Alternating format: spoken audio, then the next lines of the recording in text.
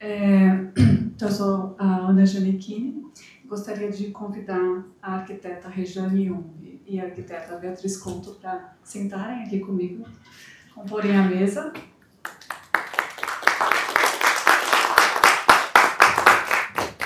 Bom, primeiro agradecer muito o Juliano e a toda a equipe do ICOMOS por esse convite, né, de participar do encontro. Essa instituição, o ICOMOS, que vem cumprindo, né, um papel muito importante aqui nos últimos tempos de estimular o debate público, né, sobre a gestão do conjunto urbanístico de Brasília, vem levantando diversas questões centrais, o que exige um grande esforço, né, de todos os membros do ICOMOS. Também ressaltar a importância desse evento ser na UNB, né, um espaço de aprofundamento dos debates, de confronto de ideias, de aprimoramento de visões sobre o plano urbanístico de Brasília. Agradecer também a parceria com a área do patrimônio aqui da UNB, a professora Ana Elizabeth, que compõe, se não me engano, ela lidera, né, a área de pesquisa de patrimônio e preservação na pós-graduação, não mais, mas até há pouco tempo atrás. E como essa área é uma área que vem se fortalecendo dentro da UNB, né? E é uma área também que tem tido uma tradição extensionista, de participar junto às administrações, tanto federal quanto distrital, desses debates pertinentes à nossa área. E também com a sociedade civil, agora com o ICOMOS, é uma parceria que já vem tendo a participação nos encontros anteriores, né, no primeiro, no segundo encontro ICOMOS, agora no terceiro, uma parceria que o Juliano não comentou, mas que está rendendo uma publicação, então reforça aqui, né, a gente está reunindo numa publicação que deve sair até o fim do ano, o resultado dos 3 encontros.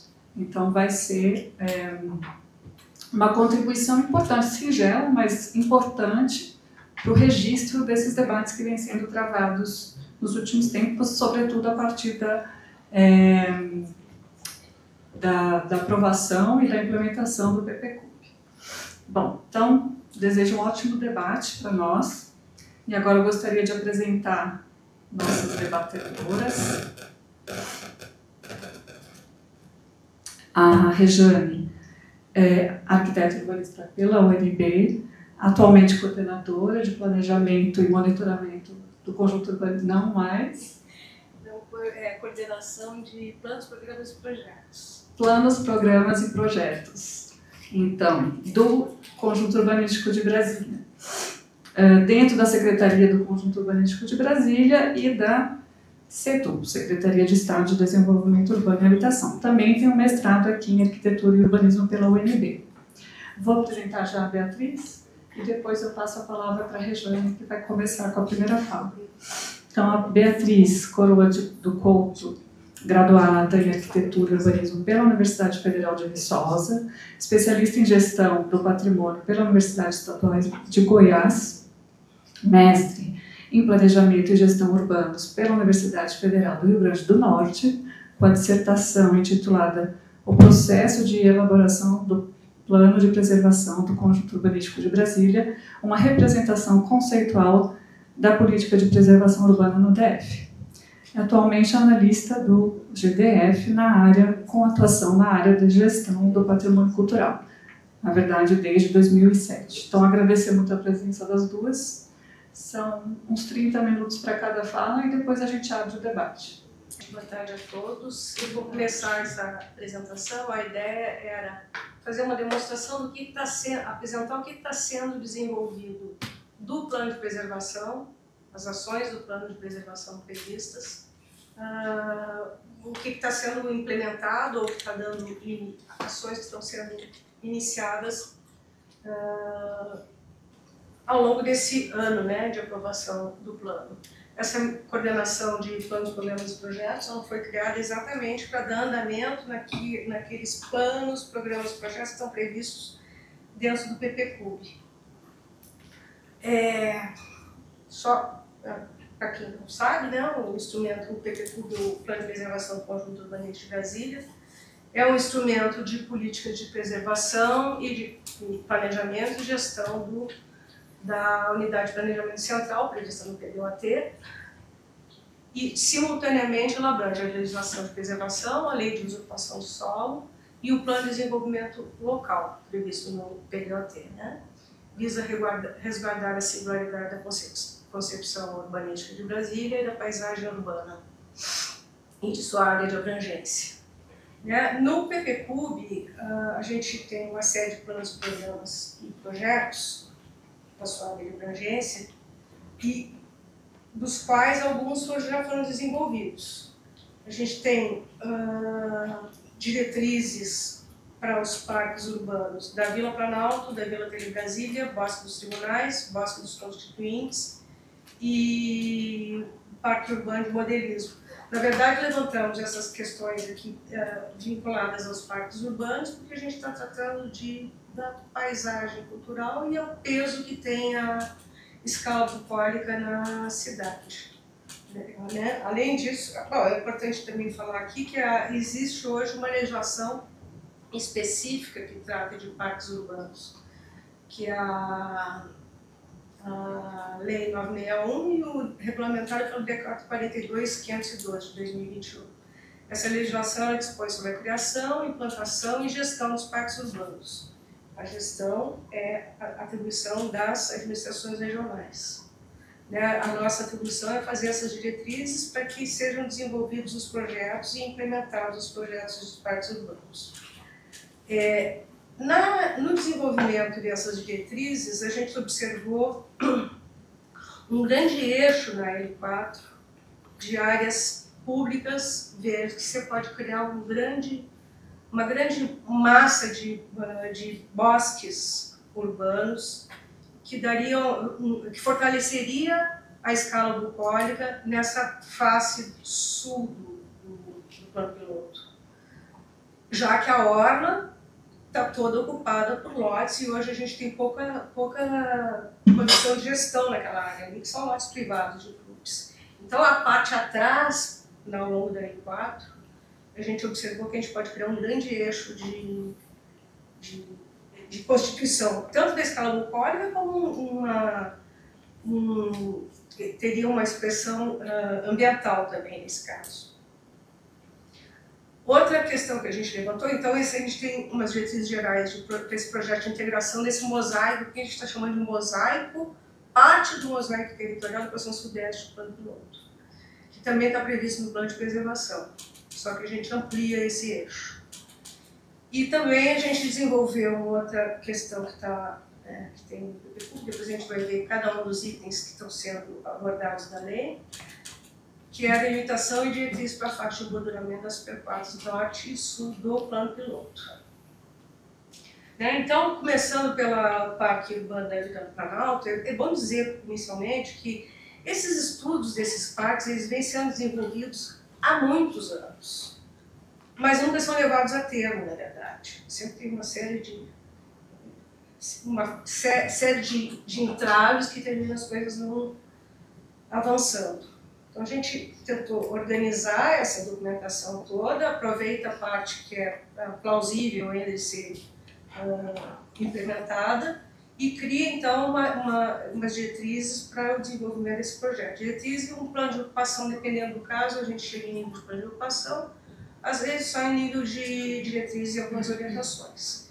Então, o Parque Urbano da Vila Planalto, ele atende o artigo 84 do Plano de Preservação, o artigo 85, e basicamente isso. Ele diz no plano de preservação, ele diz o seguinte: a área de tutela da Vila Planalto, para a área de tutela da Vila Planalto, o plano de preservação registra que os usos e atividades devem ser definidos quando da elaboração do plano de ocupação do Parque da Vila Planalto, compatíveis com as atividades do parque urbano. Então, assim, porque a ideia era demonstrar ali o que está sendo feito o que está sendo levado a cabo daquilo que está previsto no plano de preservação. Então, vai sempre ter uma folhinha aqui dizendo quais são os artigos que estão sendo tratados. Lá em, eu não sei que ano foi, mas foi acho que foi a Secretaria de Cultura que contratou uma consultoria para o desenvolvimento do projeto desse parque. E aí essa consultoria ela fez um desenho que eu achei interessante. Criou umas linhas de força culturais, que são esses grandes eixos aí. Na verdade, assim, o que mais pega é essa área da concha acústica, que é o único lugar que você tem um efetivo visual para o parque, a partir pro lago, a partir do parque da Vila Planalto. As outras áreas elas estão muito ocupadas, né? E a gente tem aqui também outros lotes aqui que em seguida, em breve, deve se ocupar, não sei, imagino. E aí, então, só para registrar, o parque ele tem cerca de 126 hectares. E aqui a gente nota o seguinte, existe uma coincidência da área de tutela da Vila Planalto, que faz parte do projeto de 9090, que levou ao tombamento, que, na verdade regulamenta o tombamento, né? E o parque que é verde, que não pega essa área aqui, ele é um pouquinho menor do que aqui, nesse trecho, ele não pega esse pedacinho. Está aparecendo aí? Tá, né? Não pega esse pedacinho. Então eles não são coincidentes, nem ali e nem nesse trecho aqui, que é a área de segurança do parque.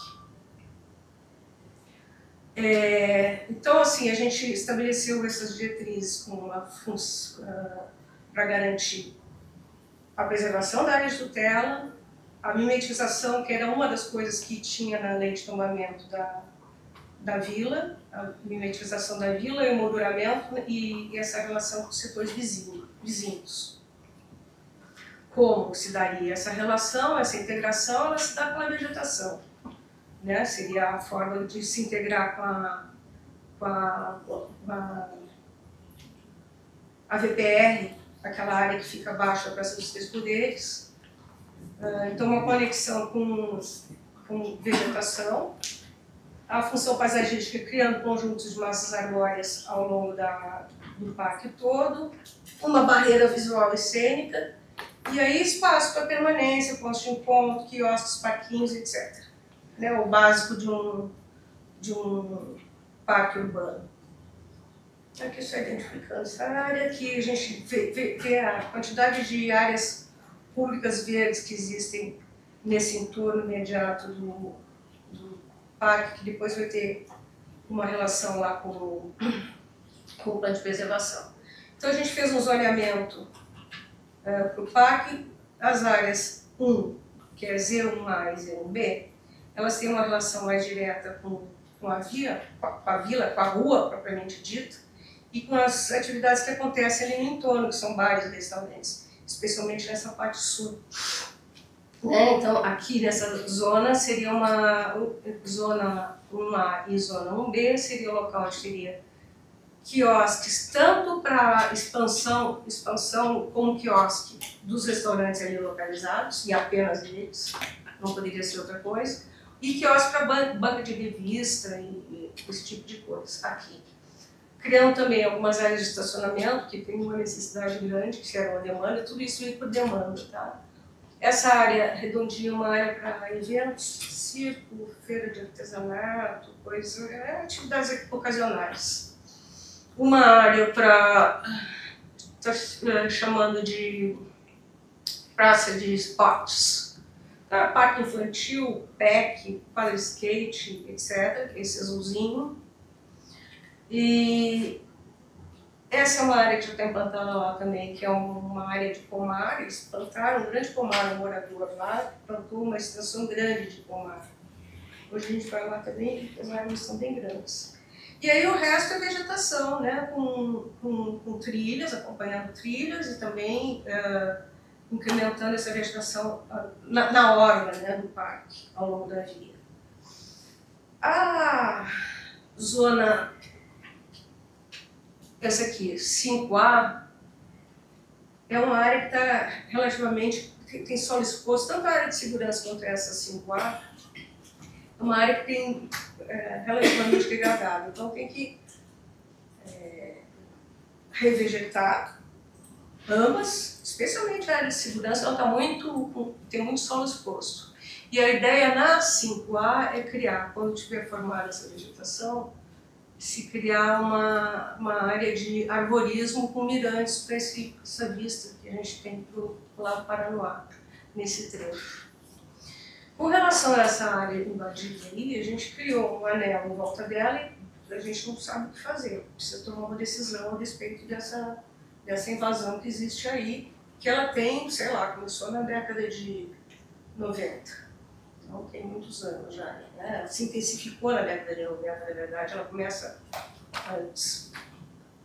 Então ficou essa situação que a gente cria um anel, tenta conter, ela cresce para dentro, né? Essa área ela não expande os limites, ela cresce para o seu interior. É por subdivisão das chácaras. Hoje em dia acho que já nem são mais chácaras, os nomes são menores. Mas aí é basicamente isso, e a gente precisa também, nesse caso, aqui, só identificando os estacionamentos, né, que são as manchinhas de estacionamento que entram para dentro do parque. E aqui, que é uma necessidade, a gente define, então, com as taxas de permeabilidade mínima, que é uma obrigatoriedade dada pela lei. Se for o parque inteiro, vai dar 92% de taxa de permeabilidade. Se a gente considerar só as áreas coloridinhas aí, dá uma taxa de permeabilidade de 86%. Bom, o Parque da Vila Tapiari Brasília, também aqui, né, ele atende os artigos 84 e a planilha 68, TP11 e P2. O que estabelece aí as diretrizes do plano de preservação para a gente elaborar as diretrizes do parque. O parque, aqui, esse parque urbano, não sei se fica entre a União e a Vila Tapiari Brasília, ele está previsto na planta original dele da década de 90. Na verdade foi aprovado em 2003, se não me engano. Mas o que aconteceu? Super problemático. Antes de ter o projeto aprovado, a metade do parque já estava invadido por um estacionamento da União. E aí foi feito um TAC, que seria a responsabilidade da União desenvolver e implantar o projeto da vila, coisa que nunca, na verdade, aconteceu. Aqui, assim, mais um aspecto, né, desse parque. Ele está previsto dentro do conector ambiental do PDOT, conector 7, porque ele está ali do lado da área do Riacho Fundo, ele é vizinho. E tem essa previsão de integrar os parques urbanos, os parques ecológicos, áreas públicas, aos conectores ambientais. Isso se faz por meio de vegetação, né, naturalmente, é uma forma como se integram esses espaços, já que a área não vai ter um uso. Esse parque também, ele passou por uma série de projetos, ó, tem até a Gedal aqui, ó, Maurício. Então, uma série de diretrizes que a gente reorganiza para dar uma... atualiza. Né? Então, integrar... Primeira coisa, integrar o lado do parque que está ocupado pelo estacionamento e tentar diminuir, porque nem todo ele é ocupado. Eles fizeram uma área extensíssima de pavimento e, na verdade, não usam todo aquele estacionamento. Né? Então, revegetar, organizar esses estacionamentos, tem 2 lotes dentro desse parque, então organizar as vagas de estacionamento para esses parques. Quando a gente fez esse estudo, o lote 1, vocês vão ver aqui, peraí. Esse lote 1, maiorzinho, era uma biblioteca, teoricamente. Agora ele virou uma faculdade de medicina. E esse lote 3 aí de baixo, ele não tinha nada, ele estava desocupado. Num instante, os caras foram lá, construíram uma igreja. E está dentro da norma. Então, o que a gente propôs aqui seria organizar esses estacionamentos. Hoje eles ocupam tudo isso aqui. A gente tentar organizar esse na borda e um mais no fundo aqui e integrar esse trecho para uma área de eventos, de festas, aqui nesse miolo entre os dois estacionamentos. Criar umas áreas de estacionamento aqui para esse lote 1 e para esse aqui, lote 3. E aqui, isso aqui o terreno ele é meio acidentado. Esse azulzinho aqui seria um espelho d'água, uma espécie de um laguinho, porque tem uma depressão grande aí nesse lugar. E aqui a gente incrementaria essa vegetação, que também isso aqui você pode ver que é uma grota, essa coisa aqui, ó. A topografia mostra um pouco, por isso que tem tanta vegetação nesse lugar aqui já hoje. Aqui seria um local para parque infantil, uns espaços mais de estar, e aqui uma parte mais voltada para esportes e horta, porque já existe lá essa horta. E a taxa de permeabilidade desse parque aí seria de 50%, porque a gente tem grandes áreas de estacionamento, né? E essa vegetação toda ela se integra com essa área que fica aí para baixo. Agora, Bosque dos Constituintes. O Bosque dos Constituintes, na verdade, é o seguinte: inicialmente existiu uma proposta de iniciação de alguns equipamentos lá dentro de edifícios, e a gente chegou à conclusão que isso não é viável se produzir novos edifícios ali dentro, nem que seja como foi pensado ele semi-enterrado. E a gente tem dois ali, o Espaço Oscar Niemeyer e o Espaço Israel Pinheiro, que são dois espaços que podem dar apoio a esse parque, eventual visitante, dar apoio a esse parque Bosque dos Constituintes. Então, na verdade, o que a gente entende aqui está a legislação, tá? O que a gente entende é que ele deve ser mantido só com comprimento de vegetação e o mobiliário que ele tem lá hoje, que é iluminação e bancos. A gente nota aqui, ó, que ele se insere, esse parque, dentro da área de preservação prevista lá no Brasília 57-85, que o Duros Costa, né, ele previa aqui. Então, quando se pensava no tombamento da Praça dos Três Poderes, se cria uma área de preservação nesse trecho A aqui, ó, que envolve não só esse Bosque dos Constituintes, como toda essa área aqui, né, que é chamada de BPR hoje, e Bosque dos Tribunais aqui do lado. Porque estava começando a ocupação, isso aqui não existe nos lados ainda, estava começando a ocupação do Sapo Sul. Que a previsão é que isso não fosse ocupado. Né, e aqui ele chama essa área, outra aqui, B2, de área de proteção paisagística. Então tudo isso vai construindo essa ideia de um contínuo de áreas verdes, que a gente vai ver mais adiante. Né? Então, na verdade, seria uma recuperação das áreas degradadas que tem ali naquele entorno.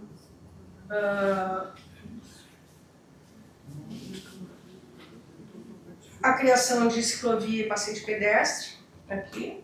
Essa proposta aqui é a proposta da Câmara, porque existe um acordo de cooperação entre a Câmara e a administração regional, né, que é responsável por esse parque. Essa proposta ela já existe, a gente só está mantendo a proposta da Câmara Federal e criando acesso para esse lote N, que também é uma demanda lá do plano de preservação, mantendo essa vegetação e incrementando mais essa vegetação de borda aqui, né, ao longo desses percursos que são existentes. Aqui tem inclusive uma ciclovia que passa dentro do lote, esse lote N. Mas basicamente o que tem de atrativo aí é a própria vegetação, né? Essa vegetação do Bosque dos Constituintes que foi plantada em homenagem à Constituição Federal de 88, quando os 550 e tantos parlamentares constituintes foram lá e plantaram uma árvore nativa, uma árvore da espécie do cerrado. Então, basicamente, é a manutenção dessas propostas. Aí é só o estacionamento que já existe, propondo que seja arborizado e uma extensão para atender um lote N. O Bosque dos Tribunais é Aqui a gente tem atendendo os artigos 67 e 68, né? E a planilha 35, TP5 e P6. Esse POSC é um problema desde o início, ele é super controverso. Ele foi criado em 2009, na verdade, para tentar regularizar uma situação de um estacionamento que existia ali, feito pelo Tribunal Superior de Justiça, STJ. Então, ele foi criado com esse objetivo. Ele tá, da mesma forma que o Bosque dos Constituintes, ele está dentro da área de preservação da Praça dos Três Poderes, né? Parte dele, não todo. Né? Constitui uma grande área verde aí, em torno. E aí, foi criado esse estacionamento, ele já existia e foi desenvolvido um projeto, porque eles quiseram montar essa segunda fileira de vagas de estacionamento, foi criada, teve o projeto aprovado, 52 em 2016, e depois eles fizeram algumas modificações, o próprio Supremo, né? E aprovou esse 107 de 2019. Mas o que ocorre? Na verdade,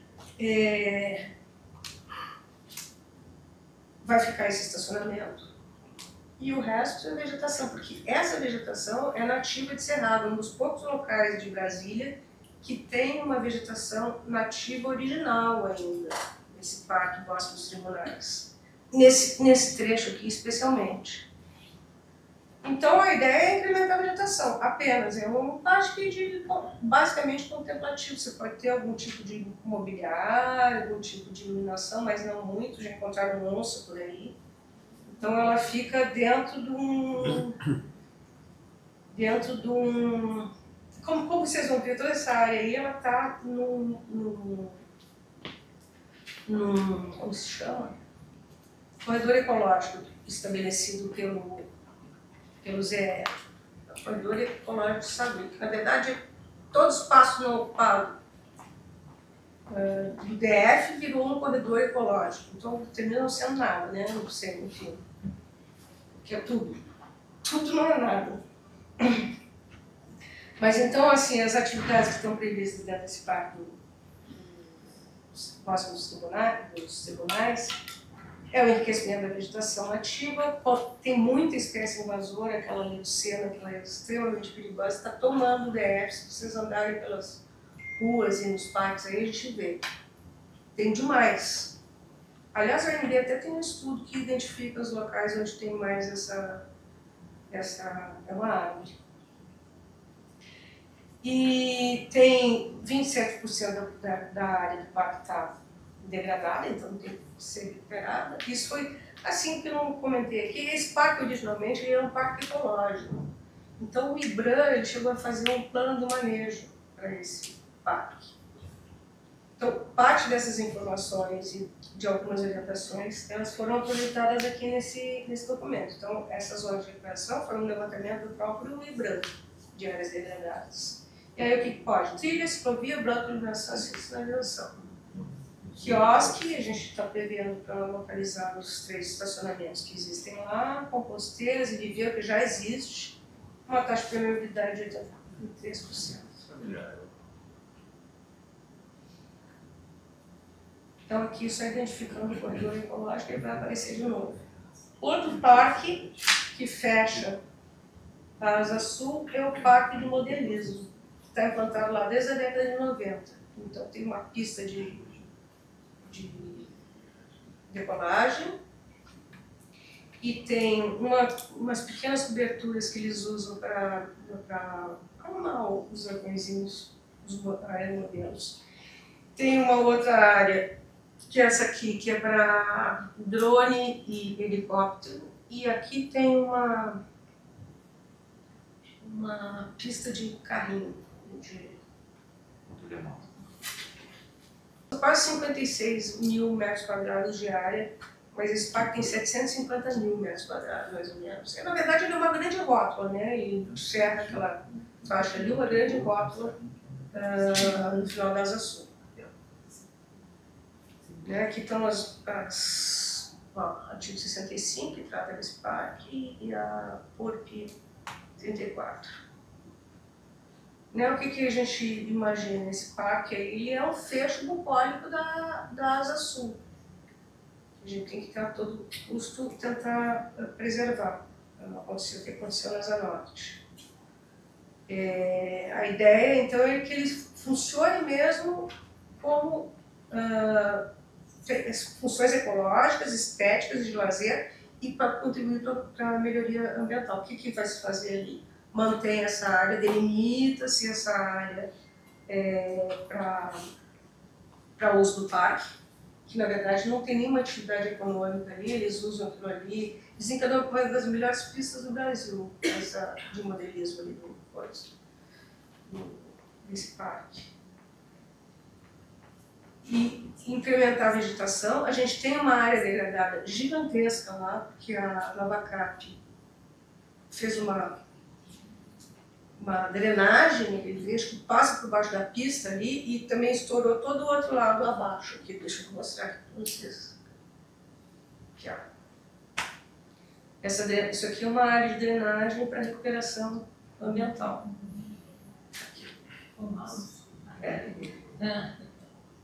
Então essa é a área ocupada, essa é uma área de drenagem. Essa área de drenagem ela pega aqui na área do Riacho Fundo.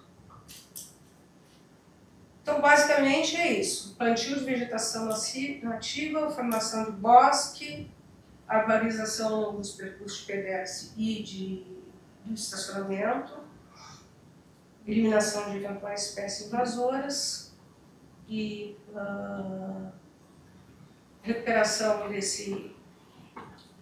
dessa área de solo exposto que foi da drenagem, que tem que restaurar, e ver a questão de segurança. Porque tem acontecido muito acidente, né, dessas bacias de drenagem aqui em Brasília. E aí manter a manutenção daquela estrutura lá do Parque de Aeromodelismo. Mobiliário, acesso, né, melhoria dos acessos, acessibilidade interna, e aqui seria, a gente tem o parque tem mais ou menos 740 mil metros quadrados, uma taxa de ocupação de 0,2%, que ocupa muito pouquinho aquele, apesar de ser 50 mil metros quadrados, é muito pouco em relação à dimensão do parque. E uma taxa de permeabilidade de 95%. Então é isso, essa é a área ocupada pelo aeromodelismo, pelo modelismo. Ops. Aqui.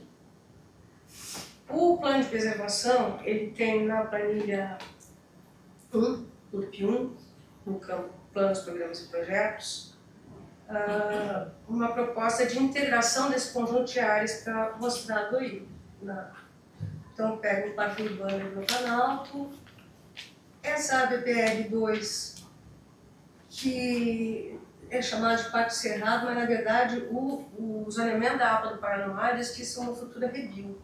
E é engraçado porque eles falam assim, quando deixar de ser uma área de segurança, será uma REBIL. Na verdade, pode ser uma REBIL desde sempre, né? Porque não tem, está cercadinho, não tem... O que é uma REBIL? Tem o Polo 8, que é essa área não edificante, a VPR1, que pega o bosque dos constituintes, né? Então, essa área deve ser integrada. Como é que se dá essa integração? Essa integração ela se dá por meio de vegetação, né? Suponho, porque não diz. Então a gente imagina que seja por vegetação.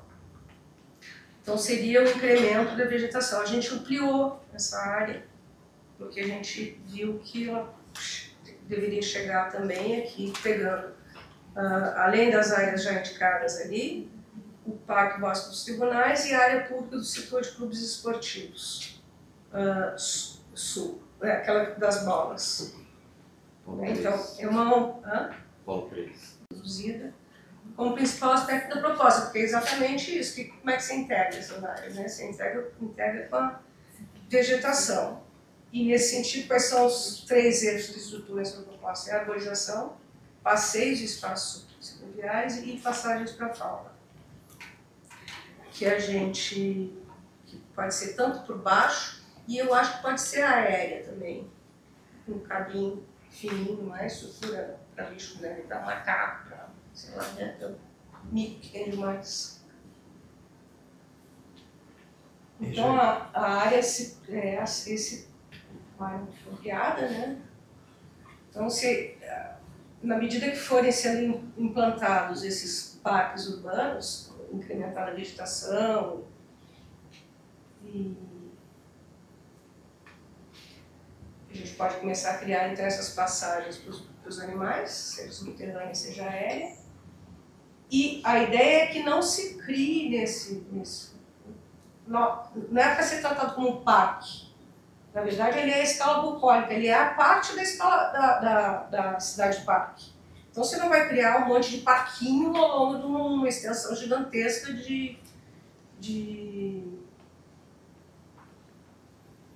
dessa via, né?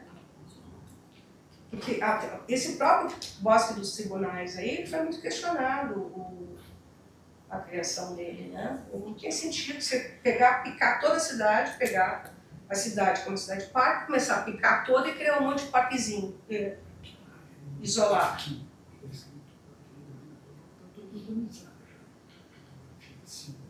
Esse setor de clubes esportivos, a gente também já fez as diretrizes para ele, que chegou de lá, mas eu não trouxe aqui não. Então, nesse caso, a vegetação seria o elemento essencial para a configuração desses espaços. E da paisagem, né? Aí você consolida a paisagem bucólica e cultural, para ter um valor simbólico grande, nessa região toda do PBCUP, tentando resgatar aquilo que não se configurou na orla, né? Onde o Lúcio Costa previa como a maior incidência da escala bucólica. Mas, de fato, não acontece. Então, a gente pensa que, quando você olha esse trecho todo, aqui as diretrizes, né? Deixa eu, antes de eu passar adiante, produção de IP toda. Então, o que a gente pensou para esse eixo? Para esse e para o outro. Bosques e massas arbóreas, você cria bosques assim, com distância mais denso, vai desadensando, chega numa área mais densa, passagens para a fauna. Isso é uma metodologia do Rubens, do Amaral, lá, que você identifica as áreas mais úmidas para fazer o plantio antes. E tem um mapinha no PDOT, identificação das áreas mais úmidas para iniciar o plantio por elas. Espaço de contemplação. Aí você pode criar, não é criar parquinho, né? Você põe bancos para as pessoas se sentarem ao longo desse percurso que é extenso. Integração dessas áreas por ciclovia, por calçadas acessíveis e mobiliário padronizado. Com monitoramento, você tem que acompanhar o manejo dessa implantação dessa vegetação. Criar, claro, que se você está fazendo um percurso, tem que chegar nos pontos de ônibus, nas ciclovias, etc., para ciclo, tarará. Então aqui a gente identifica esse cor de laranja, que pega lá do palácio até vindo pela L4. O que a gente começou a fazer? A gente fez esse parque do Vila Planalto, depois fez esse, depois fez esse, depois fez esse, depois fez esse, e começou a ver que estava tudo muito conectado, né? Além do que o PPCUP já trazia o próprio PDOT. Mas você tem toda essa área do setor de embaixadas sul, que a gente pode implementar a vegetação. Então, basicamente, seria uma grande massa de vegetação nesse trecho sul. Você sai lá da ponta do Palácio Planalto, passando pelo Parque da Vila Planalto, pela VPR1, VPR2, tarará, até chegar aqui no Parque dos Pássaros, que é outro que tem que ser desenvolvido ainda, e a área do Riacho Fundo. Então, de parque é isso. Aí outro tema, mas que também trata de paisagem, que é a questão das faixas de modulamento das superquadras. estava no artigo 57 do Plano de Preservação, entre 57 e 58. O que a gente observou nas plantas? Você pega as plantas das superquadras, boa parte delas, a maioria, tem a faixa verde de molduramento identificada. A maioria, a grande maioria, vou ver se tem um número aqui. E ela é envolvendo a superquadra com 20 metros, só que ela não tem o sistema viário, não tem lote, não tem nada em volta, e ali aquilo tem um monte de interferência na vida real. Né? A gente chegou à conclusão que esse desenho da superquadra está muito pautado nesse croquis do Lúcio Costa, que ele identifica essa a massa de vegetação, essa cinta de molduramento. Desse desenho, todas as quadras são desenhadas desse jeito, nas nossas plantas. Que é isso aqui, ó. Então você não tem o sistema viário no entorno, não tem o lote no entorno, não tem coisa nenhuma. E aí quando você vai lá para a realidade, está tudo cheio de interferência. A outra questão que a gente tem também é que sempre se diz assim, a faixa de molduramento tem uma notificante, é um espaço público notificante, com mais rigor do que os demais espaços públicos. O que, na verdade, isso não tinha escrito em lugar nenhum. De certa forma, diz o seguinte, claro que você pode, por exemplo, fazer um subsolo do lado de dentro da superquadra, onde você tem um sistema viário passando, mas não pode fazer para o lado da faixa de molduramento. Assim como as varandas, as sacadinhas, etc. Mas não tem nada que identifique o que pode dentro da... Quer dizer, tem o que não pode, mas não tem o que pode dentro da faixa de molduramento. Então a gente fez uma listagem a partir do que existe na realidade, identificando algumas coisas que podem acontecer, algumas já em lei, outras não. Mas passagem de rede de infraestrutura subterrânea, instalação de infraestrutura de pequeno porte, que são aqueles armáriozinhos de energia e de telefone, infraestrutura de mobilidade, você tem os pontos de ônibus, pontos de táxi, estação de bicicleta compartilhada, associada a uma publicidade. Acessibilidade, são as calçadas, passeios, ciclovias e um acesso único de veículo. E os equipamentos de baixo impacto visual, que são os bancos, as lixeiras, a iluminação pública, e tem agora esse módulo de mobiliário urbano, que é um negócio de fazer exercício, que é associado a uma publicidade.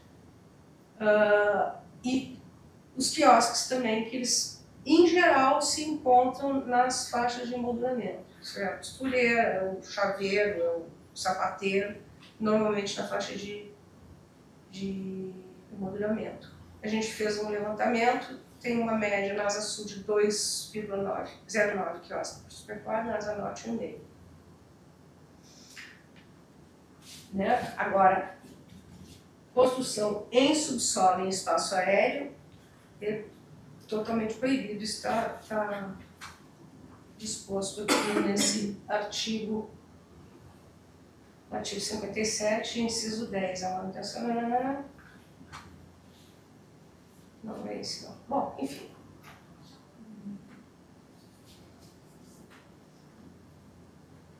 Então o que a gente... aqui, a gente tem 31... Como é que estão organizadas essas faixas de molduramento? Das quadras 100, 200, 300, da asa sul, tem 31 quadras com afastamento. A faixa de molduramento ela começa a 4 metros do lote das projeções ou dos lotes mais externos da quadra. Algumas quadras têm outros afastamentos, tem algumas que não têm afastamento e tem outras que não dizem nada. Na asa norte são, nas 100, 200, 300, são 28 superquadras que têm a faixa demarcada, sem cota, e 17 cotadas.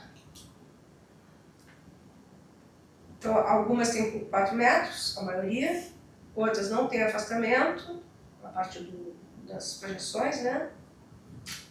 E as outras iniciam imediatamente a partir do lote. Então, o que a gente vai delimitar essas faixas de molduramento? Porque elas, da forma como elas estão delimitadas por essas plantas, elas não ajudam muito na gestão, nas demandas que aparecem lá para a gente. Então, o que a gente definiu? Uma série de critérios que serão adotados para redefinição dessas fases, nunca diminuindo, sempre dentro do possível aumentando. Né? Então, essa faixa de molduramento, às vezes, ela é muito maior e às vezes ela é muito menor, menos de 20 metros. Então, a gente vai fazer essa adequação na proposta. Como ponto de partida, sempre que possível, vai adotar como referência a planta original, se for a 4 metros ou se for a 0, sempre considerando, né, os lotes mais externos. O caráter orgânico da vegetação, que é reconhecer essa organicidade das massas arbóreas, que extrapola os limites iniciais. A vegetação ela não fica restrita àqueles 20 metros ali estabelecidos. Às vezes ela é maior do que isso. E aí, a outra questão é a preservação da escala bucólica, né? Garantir que a faixa de molduramento contribua para a manutenção da escala bucólica. Quer dizer, ela não pode ser diminuir, não vai ficar menor do que para causar um impacto na continuidade visual desse conjunto. A compatibilidade com o contexto urbano, quer dizer, considerar o entorno e ajustando essas delimitações, como eu já falei, ao que existe ali no entorno, em volta. Ou seja, a via ou o lote de posto de gasolina, que muitas vezes tem nas 400 especialmente, nas 300, e uma flexibilidade controlada, né, que é incorporar essas variações nas dimensões, desde que não prejudique a continuidade. E a mitigação das interferências, porque tem muito estacionamento, acesso de garagem que interfere com essas faixas de emolduramento. E aí, então, a gente estabeleceu 3 critérios diferentes para definir: validado com ajuste, onde o afastamento de 4 metros o que tem na planta é mantido e se chega até os limites do meio-fio as demais ocupações. Mudança é quando mudança do afastamento, quando o projeto precisa ser alterado, para padronizar, porque às vezes você tem 1 metro, às vezes você tem menos, ou 0, 4 e 8. Uma nova delimitação, quando não foram encontrados projetos, que é o caso das 202 Sul, e as exceções, quando com um critério específico, quando as delimitações e o afastamento necessitam de uma especificação complementar ao padrão, porque ele modifica um pouco. Então hoje a gente tem essas situações, assim, ó. A 108, a de cima aqui, essa é a original. Então você tem aqui os 20 metros, desenhado nessa plantinha, está aqui. Ele interfere com bloco, interfere com estacionamento.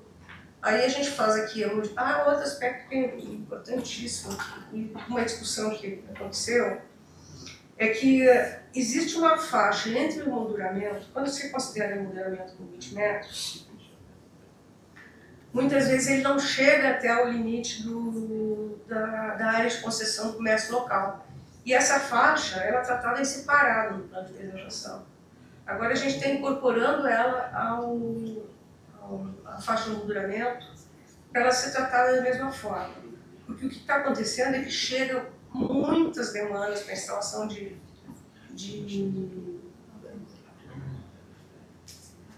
adote uma praça nos fundos desse comércio, que termina se apropriando de uma extensão grande de área pública nesses fundos aí. Então a gente estendeu essa faixa de emolduramento até o limite da área de concessão do comércio local. Com isso a gente passa a ter um controle maior. Aqui nesse caso, a área 109, teve até que diminuir um pouco a faixa de emolduramento, porque ela está em cima, ela está avançando sobre a área de concessão, nesse caso. Aqui, ó. E aí aqui ela dá os 6 metros de fundo do comércio. Aqui também esses quadros 400, né? Ó, tem os lotes de posto de gasolina que interferem com a faixa de molduramento. Então foram sendo feitos esses ajustes. Se tem faixa de molduramento na Asa Norte, por exemplo, tem até 50 metros, que vai ficar, não vai mudar isso.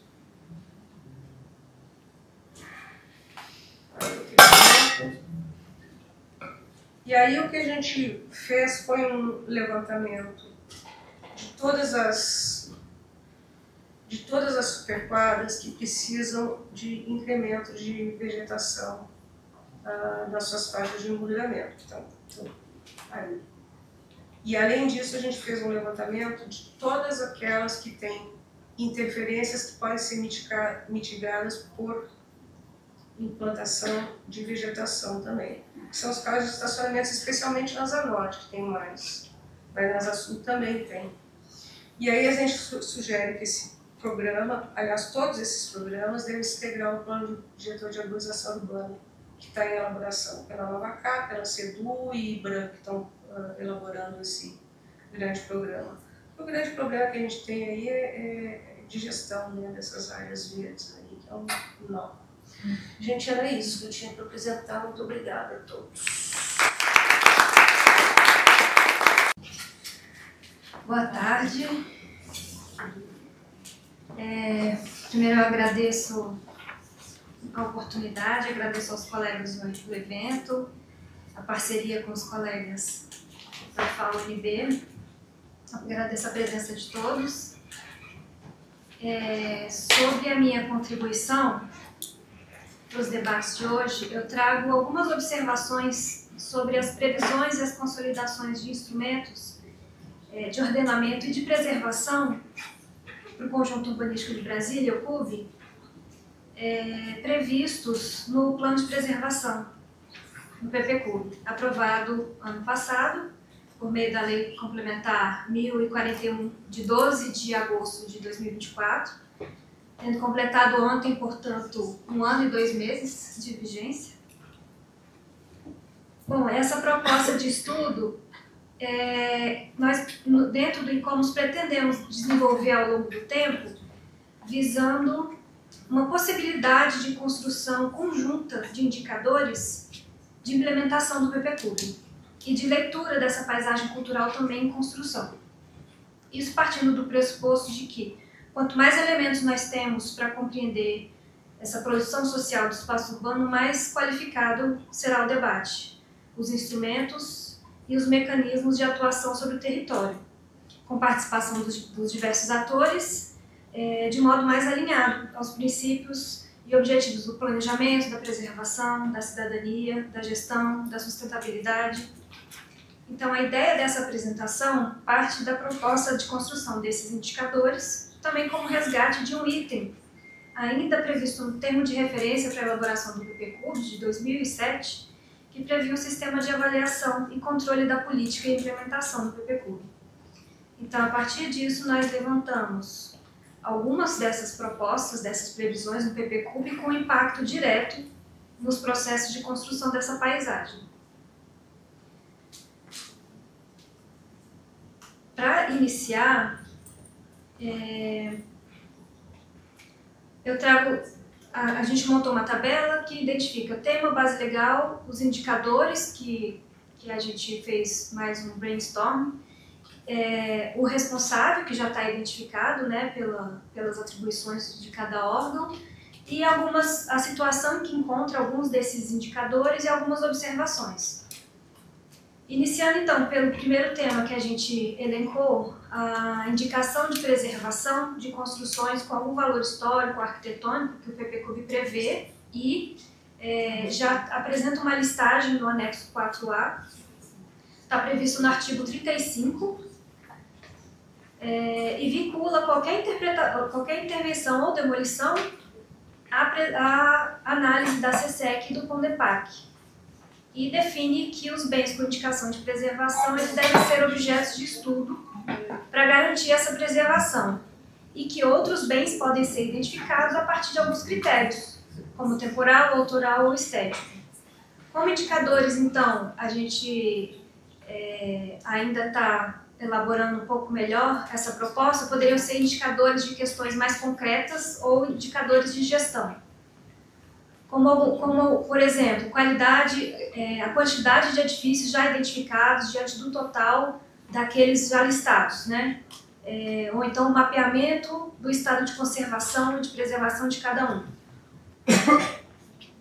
A situação específica desse tema é que a regulamentação está na pauta dos órgãos responsáveis, ainda sem previsão de ser publicada a regulamentação, principalmente para definição das possibilidades de preservação, que vão desde o registro documental até o tombamento no outro extremo, passando por alternativas intermediárias que devem ser consideradas caso a caso. E é fundamental a gente seguir com essa regulamentação, esses estudos alternativos de preservação e como monitoramento dessas indicações. Haja visto o exemplo que a gente teve no bloco S, se não me engano, da 403 Sul. O segundo tema que é previsto pelo PPCub é o Programa de Educação Patrimonial, previsto no artigo 40, que envolve alguns órgãos do GDF, especialmente de cultura, educação, turismo. Como indicadores, a gente já levantou a quantidade de instrumentos técnicos e administrativos e jurídicos de elaboração e implementação desse programa, porque no quadro na coluna da situação, a gente já sabe que a Secretaria de Educação já tem uma portaria que institui a política, mas no âmbito da educação, o IFAM já tem uma portaria também, mas ainda não há previsão de elaboração de um instrumento pela Secretaria de Cultura.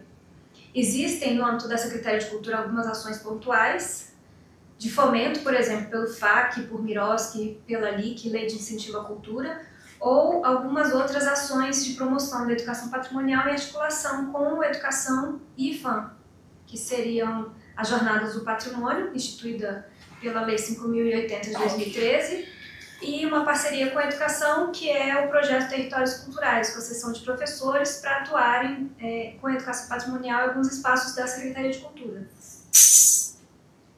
Aqui alguns exemplos de uma edificação que não tem proteção específica, mas tem uma indicação de preservação pelos valores históricos, arquitetônicos, autorais dessa edificação, numa quadra residencial, e someramente para ilustrar a questão da educação patrimonial, considerando as escolas também, né? Essa é uma escola do plano piloto. Como segundo tema, o PPCub prevê um programa de áreas de interesse cultural que nos artigos 37 e 38 define melhor. Ele parte de um estudo, de uma análise territorial a partir da perspectiva da cultura, que foi uma consultoria da Secretaria de Cultura, que propõe 3 tipos de zoneamento de áreas de interesse cultural que são ligadas a bens tombados ou registrados, a referências culturais ou a ocupação cultural. Então, a ideia seria criar essas áreas a partir de uma delimitação, de uma poligonal, regulamentar essas áreas conforme cada natureza, né, delas, para promoção ou do patrimônio ou de eventos culturais da cultura. Já há previsão de associação aos tombamentos e indicações de preservação para essas áreas, né? E pode ser associado também a outros estudos vinculados para além das edificações que já estão vinculadas no anexo 4A do PPCub. Também seria necessário verificar o estado de conservação e o atendimento às metas. Bom, como indicadores, a gente poderia tirar daí as quantidades de áreas identificadas, né, a partir dos estudos, ou a quantidade de áreas instituídas futuramente, delimitadas e implantadas no programa. Um tema seguinte, vinculado ao programa de áreas de interesse cultural, seriam os incentivos fiscais, artigo 38, justamente para fomentar as atividades culturais de valorização dessas áreas ou de promoção da cultura nessas áreas. Como indicadores, nós poderíamos ter a quantidade de edifícios e projetos culturais beneficiados por esses incentivos fiscais. É uma ação também que precisa ser regulamentada, que envolveria principalmente a Secretaria de Cultura, SEDU e a Secretaria de Economia do DF. Para ilustrar, então, as áreas de interesse cultural, áreas centrais e áreas que poderiam receber esses incentivos fiscais. Aqui, no caso, muito por conta da vocação, né, do setor comercial, setor bancário também, para a realização de eventos. Agora eu entro em alguns temas pontuais, como sinalização indicativa do espaço de publicidade e os planos de ocupação, que eles estão principalmente no capítulo de planos, programas e projetos.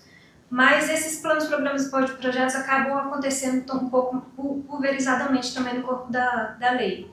No caso da sinalização, ela deveria, então, estar vinculada ao Plano Diretor de Sinalização do Distrito Federal, que já existe, e também a sinalização, guia de sinalização turística, orientações do IPHAN, para ser elaborado e implementado. Para publicidade, o PPCUB tem indicações pontuais, mas ainda não delimitações gerais. Como indicadores, então, a gente pensou inicialmente nas fases de implantação ou de revisão dessa sinalização, né, fazendo um diagnóstico, um projeto de implantação, um planejamento de monitoramento, envolvendo principalmente SEDU, CEMOB e DER, que eu acredito que é quem faz as placas, se não me engano, acho que é o DER que produz essas placas, né? Então, nesse caso, seria necessário mapear as diversas normas que viabilizam essa sinalização do espaço urbano, assim como analisar a interação e o impacto do somatório dessas várias possibilidades na construção da paisagem. A gente também aponta alguns interlocutores, né, mas isso ainda a gente ainda está pensando melhor nesse sentido. Como o plano de ocupação de quiosques e trailers, a Regiane já citou algumas coisas, né? Ele está previsto no artigo 29 e o plano da RA1 já está em andamento. Eu não sei em que pé que ele está, mas eu sei que ainda falta a elaboração das outras RAs, para implementação nas outras RAs. Como indicadores, então, a gente pensou na quantidade de instrumentos técnicos e administrativos e jurídicos de implementação e de elaboração para ir acompanhando esse trabalho. Para ilustrar, então, tem uma imagem mostrando sinalização, apontando essa necessidade de pensar no conjunto, né, na integração das várias normas que prevê cada tipo de sinalização, como é que isso no conjunto impacta a paisagem, e a localização de trailers e quiosques também. Como outro tema importante que a gente identificou, o enterramento de fiação elétrica, previsto no artigo 31, o PPCUB traz a vedação de fiação elétrica da TP1 até a TP10. Então, os indicadores que a gente poderia trazer para analisar esse tema seria a quantidade de caminhamento exposto remanescente a ser enterrado, a responsabilidade da Neoenergia e da SEB, com algumas interlocuções. Como um outro tema, o estudo para alternativas de travessias do eixo rodoviário e residencial, artigo 58, especificamente da TP2, superquadras de áreas de vizinhança, a gente poderia acompanhar as fases de implantação, estudos, discussão, projeto de execução, monitoramento. Então, a gente ainda precisa, na verdade, coletar bastante informação em articulação com os órgãos envolvidos para saber, de fato, em que pé estariam, né, a implantação dessas propostas do PPCUB. Aqui, como exemplo, então, a fiação exposta e as travessias da Asa Sul. Como outro tema, a gente traz o ordenamento das áreas públicas nas casas geminadas das quadras 700, artigos 74 e 75, que traz diretrizes de manutenção, de arborização dos passeios livres e desobstruídos e da conexão das travessias entre os setores. Prevê a requalificação e integração das áreas públicas, o ordenamento da ocupação do setor, com a regularização ou desocupação das áreas públicas ocupadas irregularmente. Como indicadores, a gente poderia então ter a quantidade de áreas remanescentes a serem ordenadas, a caracterização dessas áreas, um diagnóstico, um prognóstico, com definição de diretrizes para cada uma e análise quantitativa das áreas que já foram regularizadas e a serem ordenadas. Esse estudo está em andamento e uma das questões que a gente traz seria vai precisar de uma nova legislação, o basta do PPCub, vai precisar de uma regulamentação? Como ficaria a regularização e a desobstrução das áreas ocupadas? E aí a gente precisa, de fato, realmente, para qualificar essa discussão, manter essa articulação. Outro tema seria o ordenamento dos puxadinhos, da Asa Norte e Asa Sul, que já tem lei complementar, sendo que os indicadores seriam também, a partir de um mapeamento, verificar a quantidade de estabelecimentos remanescentes a serem ordenados e regularizados ou desocupados. Aqui uma ilustração das áreas públicas ocupadas nas quadras 700 e dos fundos de lote dos puxadinhos, com as ocupações ainda fora do ordenamento previsto. Como tema seguinte, preservação do Lago Paranoá, ele está citado no artigo 4º, está mencionado no artigo 4º e com diretrizes apresentadas no artigo 72 do PPCub. Inclui algumas diretrizes como preservação dos limites do espelho d'água, evitando o assoreamento do lago, manutenção do acesso público ao espelho d'água, manutenção da horizontalidade na paisagem, a vedação e instalação de grades, cercas e aterros sobre o espelho d'água do lago e suas margens, respeito às condicionantes ambientais, o zoneamento ambiental da área de proteção ambiental do Lago Paranoá e o plano de manejo da APA do Lago Paranoá, assim como o zoneamento de usos, etc. Como indicadores, a gente poderia analisar a área remanescente de margem a liberar para acesso público e a área remanescente a ser desassoreada. Algumas questões de reflexão que a gente traz também, mas isso tudo a gente pretende aprofundar ao longo do tempo. Sistemas de áreas verdes, previsto no artigo 74 e 75, é uma diretriz da TP8, a manutenção da arborização dos passeios livres e desobstruídos das conexões das travessias entre os setores deste TP.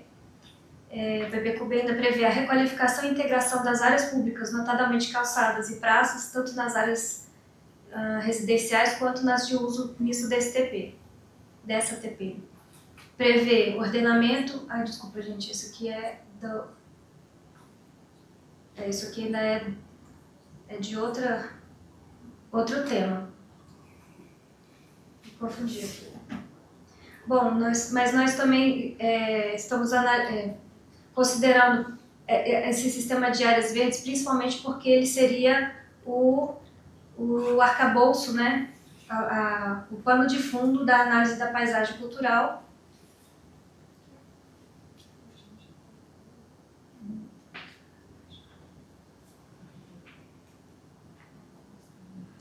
Aqui, como ilustração, a preservação da orla do lago e a sistematização dessas áreas verdes. A nossa proposta como indicadores seria, na verdade, analisar as tipologias de áreas verdes que existiriam e diretrizes de preservação, de intervenção, para que elas fossem mais consolidadas.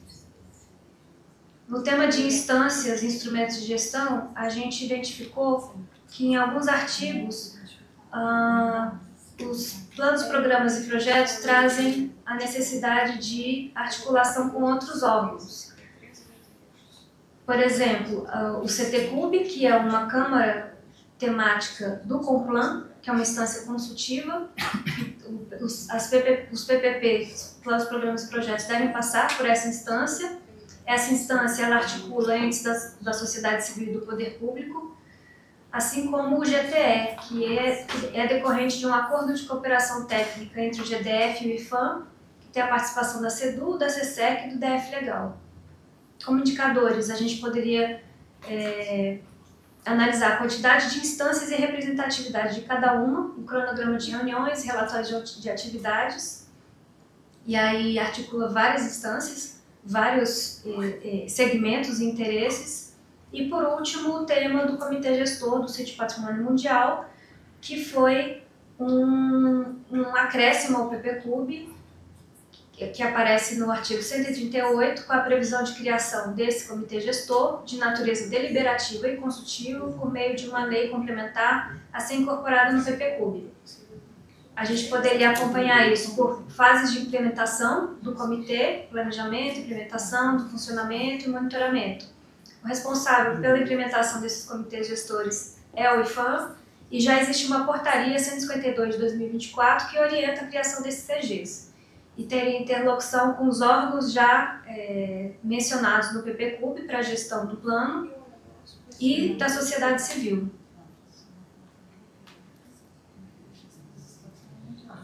E a minha contribuição seria essa, para dar um panorama geral do nosso planejamento de estudos daqui para frente, com parceria dos colegas e mais aprofundamento das análises, das leituras, dos diagnósticos, e é isso.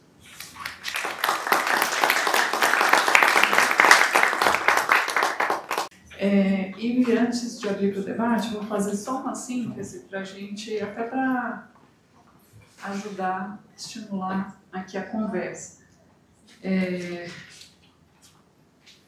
Mas enfim, né, a gente teve uma primeira fala da Rejane, que expressa esse desafio, né, da escala, da escala bucólica, né, dessa macro áreas verdes do plano piloto com funções diferentes, como a gente estava comentando aqui, né? E a gente conhece bem esses desafios de implementação do PPClub nas diferentes escalas. Aliás, ia até fazer um comentário que um dos desafios é a descontinuidade das gestões, né? Mas você é testemunha, você é contínua.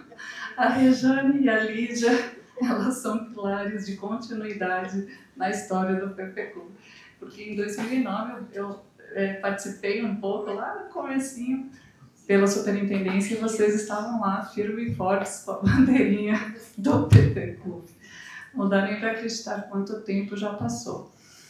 Mas é isso, né? Na sua fala emerge essa questão, essa estratégia de criação de parques públicos, né, para conter a expansão das ocupações irregulares e também para a recuperação de áreas degradadas, né? O incentivo à revegetação, a recuperação dessas áreas verdes, que acho que me parece ser realmente funções centrais a serem desempenhadas por esses parques. Então, uma estratégia adequada, né?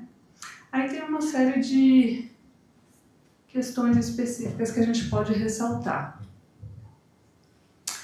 Sim, então esses parques consideram, pelo que eu pude observar na sua fala, né, consideram a ocupação existente, aparentemente, a situação real, né, é uma orientação, é uma diretriz norteadora da criação desses parques, considerar a situação atual existente, trazer a função do lazer e do esporte também, quando vizinho a áreas urbanas, como no Litoral Planalto, como na Vila Telebrasília. Então, são funções para esses parques. Eu fiquei pensando, particularmente quando você falou do Bosque dos Constituintes, e aí a gente tem vários trabalhos aqui na UNB de TFG e de mestrado que se debruçaram sobre essas áreas, né? Por exemplo, sobre o Bosque dos Constituintes, também sobre o Parque de Aeromodelismo, que eu me lembro só de ter participado de algumas bancas.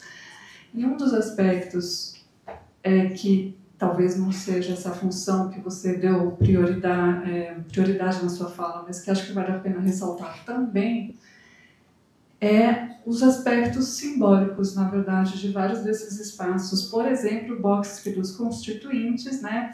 E essa dimensão de uma memória da democracia que está muito relacionada a esse parque. Então, dentro da vocação de cada parque, a dimensão simbólica e da memória, acho que também é algo a se considerar. Eu lembro do trabalho da Cecília Pizzuti, que fez um parque da democracia, exatamente ali, e ela trazia para a fruição do parque, com essas mesmas funções, mas, além disso, a reinterpretação dessa função da democracia, ali vizinha à Praça dos Três Poderes, e ela até tinha pensado uma conexão de pedestres entre a Praça dos Três Poderes e o Bosque, e como isso amplificava o uso público dos dois espaços, da Praça dos Três Poderes e dos Bosques, né?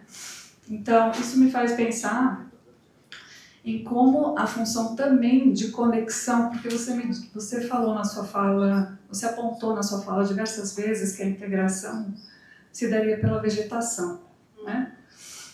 E aí, a partir desses estudos, o que me vem à mente é essa função também de conexões urbanas, ou seja, do papel da conexão do pedestre, da mobilidade do pedestre nessa escala bucólica, algo a se trabalhar, porque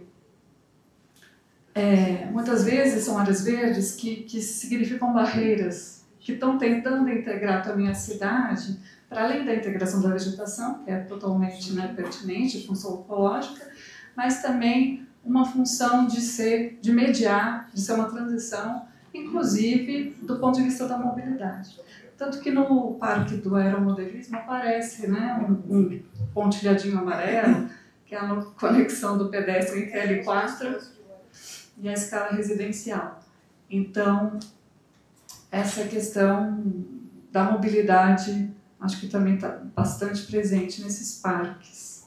E eu até anotei aqui para falar depois, quando a Beatriz fala das travessias do Eixão, né?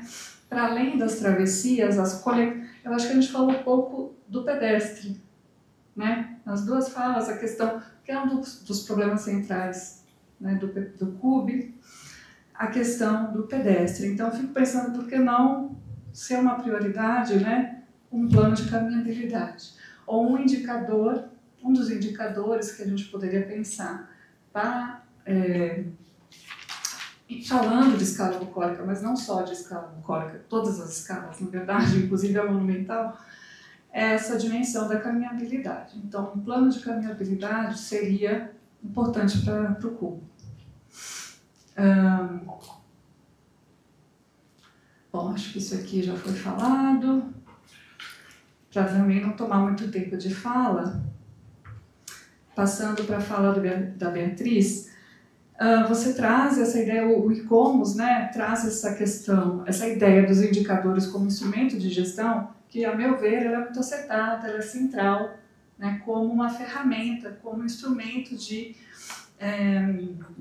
amarração entre o plano e a implementação, ou seja, com essas balizas eu consigo fazer um monitoramento de se esse plano está sendo implantado e de que forma ele está sendo conduzido. Então, uma forma os indicadores, a meu ver, são centrais mesmo. Acho que foi muito pertinente como ter trazido essa questão dos indicadores como uma forma de acompanhar a implementação do PPCUB. Então, também gostaria de parabenizar pela escolha do tema tratado, que indicadores nunca são fáceis, são muito difíceis, né? Acho que pode dar esse testemunho como é difícil a delimitação, né? A configuração, conceituação e delimitação de como vai funcionar esse indicador são sensíveis, são questões difíceis e acessíveis para a gestão. Mas eu entendo que esse é um passo fundamental a ser dado entre o plano, né, e a implementação dele. Então foi muito bom. E aí eu acho que tem dois temas, principalmente três, que eu acho que são fundamentais, o que vocês trouxeram, quanto aos indicadores, que cada um deles daria pano para muita manga, né, para a gente conversar, mas os imóveis a preservar, né, que eu acho que é um debate que ficou aí pendente no PPCub, e a tendência, pelo decorrer das décadas mesmo, dos anos de Brasília, é inevitável, né, vou falar em preservação da arquitetura, que já foi um tema que foi trazido pelo ICOMOS nos outros encontros, então o fato dele estar aqui não é fortuito, né, ele é prioritário. Então eu fico pensando, acho que eu colocaria, juntando as questões que podem surgir, que vocês comentassem instrumentos, né, aprofundassem um pouco mais a questão dos instrumentos para a preservação desses imóveis listados no PPCub como de potencial preservação. Se seria a abertura de um processo de tombamento, seria inventariação, enfim, como vocês estão vendo nesse momento e se as áreas de interesse cultural se relacionam ou não com essa listagem. E o outro tema são os incentivos fiscais também, que eu acho que é uma questão central, a meu ver, né? Então, queria ver se vocês podem comentar quais poderiam ser esses incentivos, como vocês estão vendo nesse momento, que incentivos poderiam se dar, além do IPTU, que já tem um caminho, parece que está começando a trilhar um caminho, acho que podia até comentar, que dentro do conhecimento de vocês, que caminho está sendo trilhado pela isenção do IPTU, mas se existem outros no horizonte que vocês estão visualizando para esses incentivos fiscais. E o último, acho que é importante mesmo falar do comitê gestor, né? Como, enfim, acaba ficando sempre para depois, mas como ele pode ser decisivo nessa perspectiva de implementação do PPCub. Queria ver comentários de vocês. E aí, eu não sei como que o ICOMOS está pensando, mas imaginando que esse debate aqui possa ser um debate que vai trazer contribuições, inclusive, para a reflexão dos indicadores, né? Acho que quem tiver contribuições concretas, né? Vou anotar aqui. Quem tiver contribuições concretas, acho que é o momento de colocar, né? Porque não sei, vocês elencaram alguns pontos e talvez tenham outros que as pessoas gostariam de contribuir nessa definição, contribuir mesmo no desenho desses indicadores, dessas balizas para gestão. Então, já tem aqui um inscrito, Franciscone, né, para fazer perguntas. Mais alguém? A gente pode fazer rodada de 3. Flaviana e o Antônio. Boa tarde a todos. Eu, obviamente, vim aqui para escutar. Mas Brasília, minha avó assistiu à fundação de Brasília, meu tio foi o primeiro deputado que foi atropelado em Brasília, o velho Clóvis Pestana. Então, Brasília faz parte de um pouco da biografia. Eu tive experiências com Brasília. Quando eu coordenava a política urbana, um dia o Itamaraty me ligou dizendo que a SEDU proibia varandas em prédios de Brasília. E pediu para falar com o Lúcio Costa. Nunca tinha visto o Lúcio, nunca conheci o Lúcio. Liguei, o prédio do Itamaraty está na quadra 15, são da melhor qualidade, foram projetados pelos melhores arquitetos de Brasília. E eu pedi para a secretária do Lúcio perguntar para o Lúcio se é verdade que ele proibia varandas em Brasília. Ele mandou a resposta muito ao contrário, ele achava a varanda uma coisa tipicamente brasileira da melhor qualidade. Aí me deram o telefone do técnico da SEDU, ele tinha inventado que não podia ter varanda. Então não tinha nada para o projeto. Eu chamo a atenção porque ter cuidado com o projeto do Lúcio, principalmente nessas quadras, que ele aprovava pessoalmente. O Luiz Alberto Cordeiro legava os planos das quadras superquadras para o Rio, ia para o apartamento do Lúcio no Leblon, e aí o Lúcio avaliava, aprovava, fazia retificações e tudo mais. Mas eu vou ficar hoje naquilo que para mim é a grande questão de Brasília em todos os níveis, imprensa, mídia, intelectuais, universidades, e um problema que nós estamos enfrentando com o Codevasf. Brasília ainda é capital federal? Eu acho que a pergunta que a Ana Clara fez, todo o paisagismo de Brasília tem a ver alguma coisa com a função dela de capital federal? Há alguma preocupação com isso? Brasília, em termos de ambiente das ruas, é de JK para cá. Você não vai encontrar nada da história brasileira em qualquer espaço público de Brasília. Quando houve esse ataque à liberdade agora, eu segui... nós dois seguimos caminhos paralelos, Ana Clara. Eu fui ao presidente do IPHAN para propor que o Parque dos Constituintes houvesse uma extensão da Praça dos Três Poderes, eu vou falar um pouco mais sobre isso depois, e um grande monumento à democracia. O simbolismo da democracia não existe em Brasília. Existe os três poderes. Pouca gente sabe que o Itamaraty e o Ministério da Justiça são diferentes, porque um trata da política externa e o outro trata da política interna. Então, o simbolismo da praça, da esplanada, tem sentido.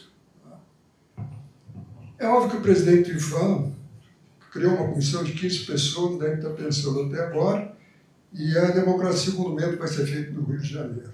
O monumento ao negro também, que tem na esplanada de Washington. Então, dentro do Podepac, nós estamos tentando ver isso, porque em 10 anos atrás, eu era diretor técnico da TerraCap, e eu fiz várias sessões com Elise, Bassu, Sueli Franco Neto Gonzalez, foram mais de 40 pessoas, para ver como tratar a questão do eixo monumental de Brasília. Brasília não é mais capital federal. O PPCUP trata Brasília como se fosse qualquer cidade do Centro-Oeste. Então, o paisagismo de Brasília é algo muito especial. Não é uma cidade qualquer, não é uma preservação ambiental qualquer. É uma qualificação de uma nação. Atrás, nessa área dos constituintes, o Atsu Vulcão fez um friso maravilhoso. Está todo coberto de grama. Eu estive lá há pouco tempo, tentando ver o que ainda havia. E há 10 anos atrás, nas propostas que a gente fez para o eixo monumental, uma delas era a ligação dos dois, da parte inferior e da parte superior, com uma rampa feita com os pisos do Atsu Vulcão. Porque hoje, se você for um fim de semana, durante a semana, para essa área do Bosque dos Quintinites, tem grupo de jazz, tem espetáculos. Essa reforma que esse cavaleiro acabou de descrever no Podepac, que o IPHAN promoveu, é da melhor qualidade. Agora, você se recorda, na própria discussão do Podepac, a gente sentiu que o espaço da Praça dos Três Poderes já se estende no Parque dos Constituintes.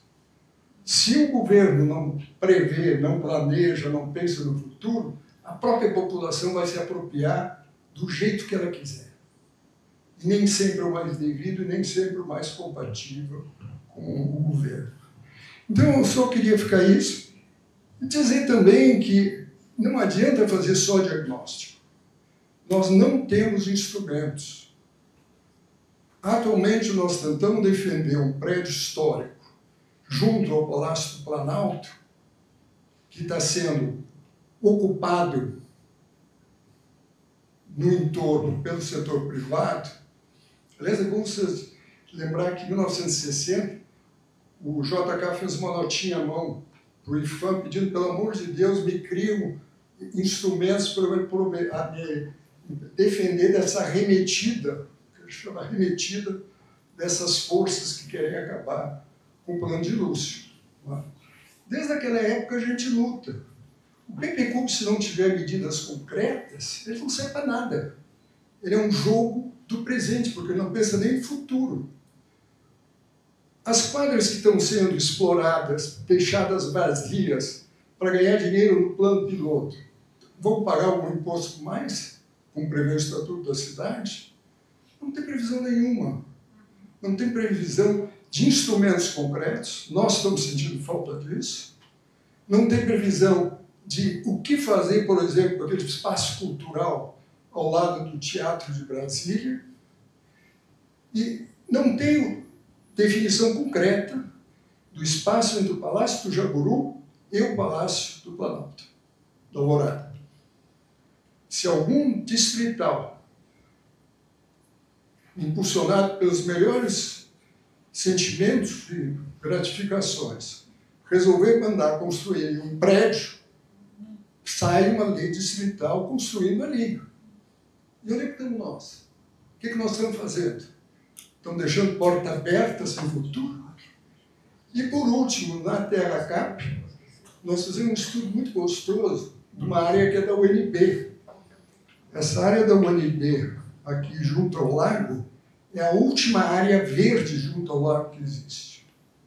Se vocês quiserem, não, eu tenho cópia, posso mandar, mas utilizar aquilo, inclusive para a preservação do meio ambiente, tem um bosque ali, natural, da melhor qualidade, e tem uma área de lazer junto, mais próximo do iate. Essas são as minhas preocupações. Desculpe a veemência, mas eu acho que isso tem que ser levado em conta.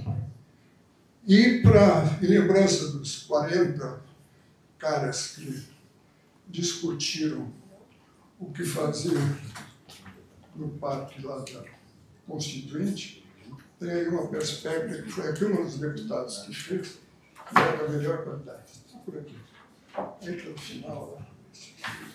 Está tudo previsto, Francisco, sem dúvida aquele espaço é um espaço simbólico. Está fechado.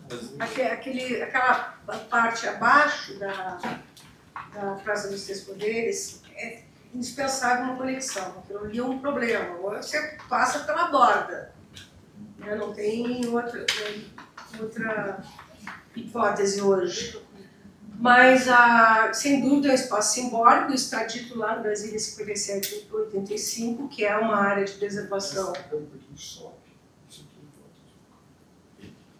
Aqui, ó, tem essa rampa, porque já tem uma ligação.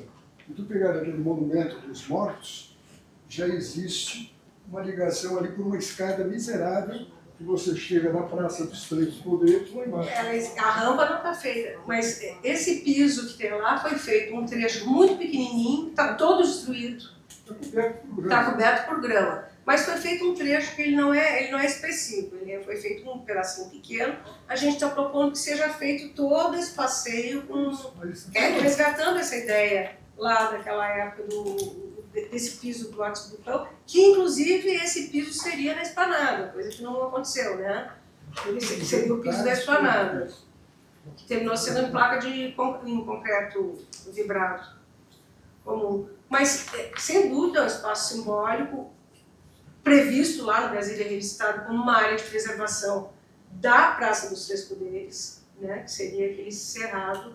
E assim, acho que é importantíssimo a gente ter uma escultura ali dedicada à democracia. Isso já foi aventado, já foi pensado, já vieram várias pessoas falar sobre essa questão. Isso eu não sei qual escultura, mas nenhum. Não, acho que não vai acontecer nada.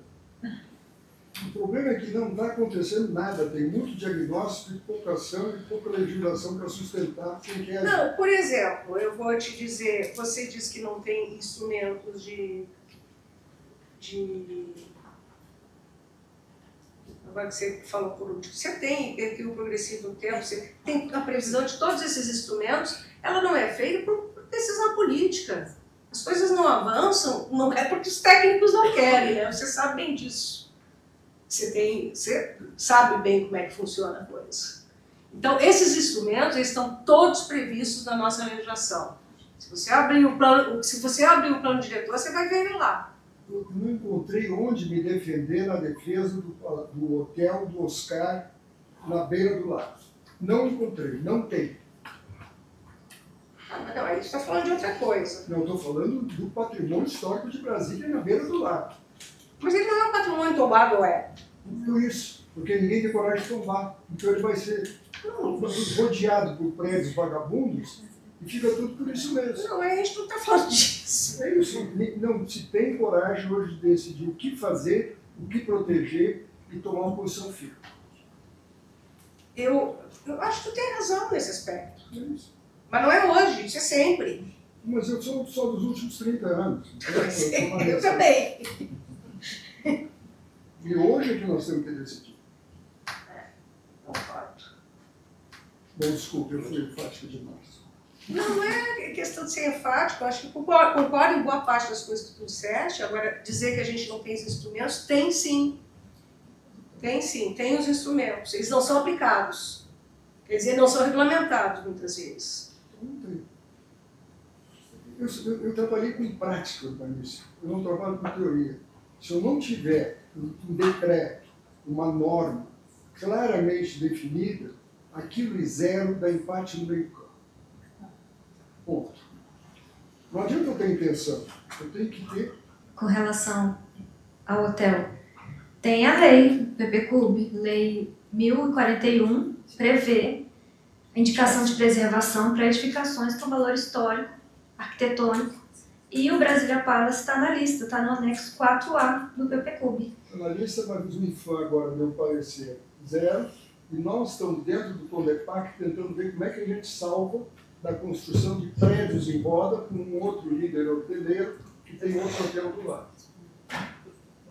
Sim, o PPCUB prevê também que, na verdade, isso precisa ser, eu já estou me adiantando uma das respostas com relação à indicação de preservação, que isso precisa ser regulamentado, ser definido quais os passos, e respondendo então o que a Ana Clara tinha perguntado com relação a isso, a ideia inicial das indicações de preservação é que fosse feita essa identificação dos valores históricos e arquitetônicos, que o processo fosse encaminhado ao Condepac para ser analisado que tipo de preservação seria mais pertinente naquele caso.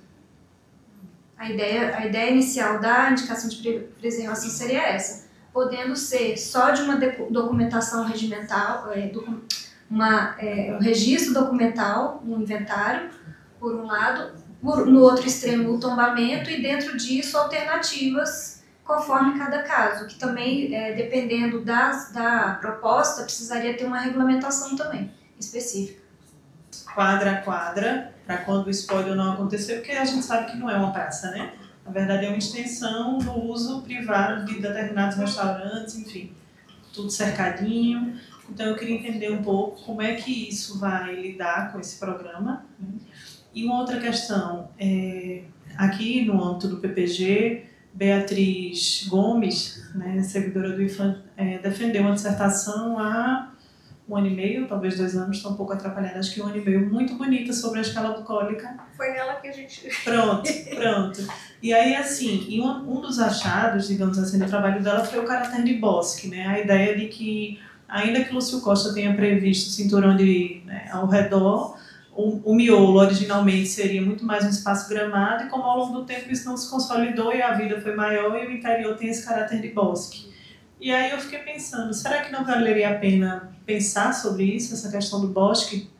Porque a própria Beatriz, na dissertação dela, apontou como os subsolos e a previsão dos subsolos eles vão impactar nesse caráter de bosque, né, que foi uma característica, digamos assim, que faz parte do decorrer do bem no tempo, né, não é pensada originalmente. Então, assim, isso foi uma questão que eu senti um pouco de falta, e talvez um pensamento mais integrado, né, do cinturão com o caráter interno de bosque, para tanto quanto possível minimizar ou indicar áreas em que o estacionamento é possível, porque a gente sabe que estacionou, acabou, né, se perde o caráter de bosque.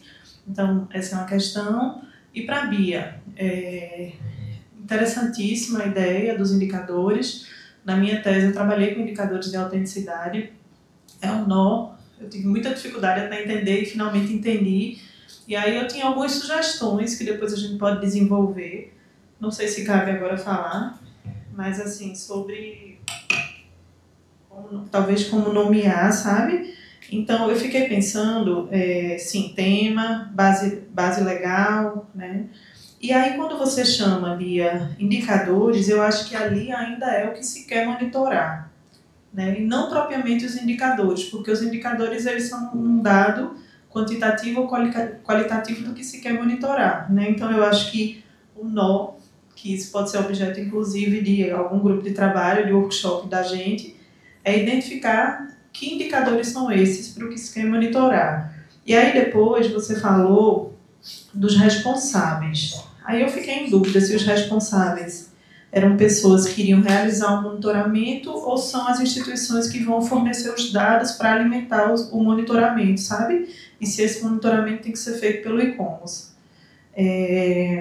Então, além disso, né, tem a natureza e os dados de entrada. Onde é que esses dados vão ser coletados? São nessas instituições? Eles são qualitativos ou quantitativos? Porque a ideia do monitoramento é permitir ciclos repetitivos ao longo do tempo que se veja como é que a situação está evoluindo, né? Para ver se atendeu os objetivos ou não. E, por fim, esse ciclo periodicidade.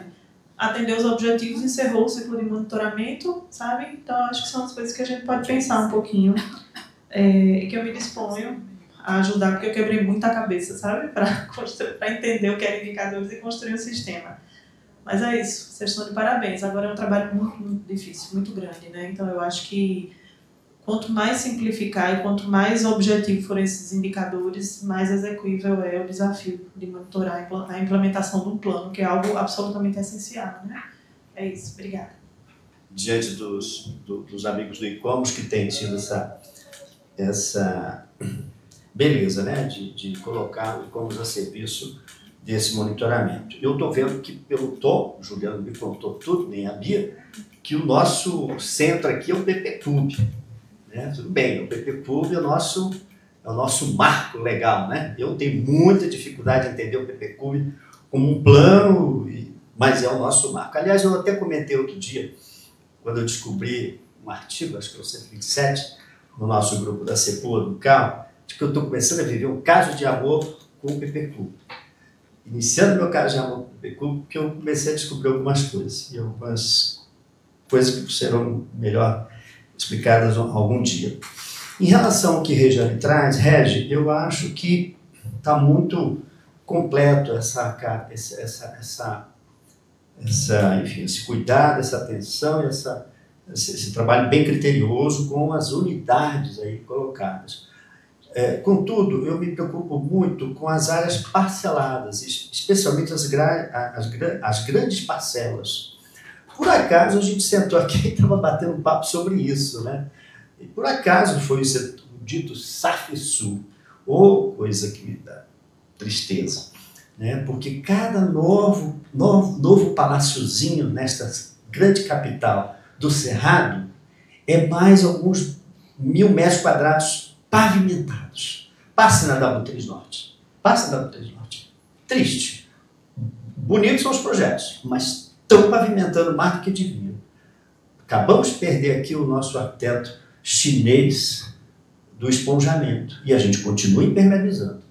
Então eu estou preocupado mesmo com aquilo que deve ser monitorado e já implementado.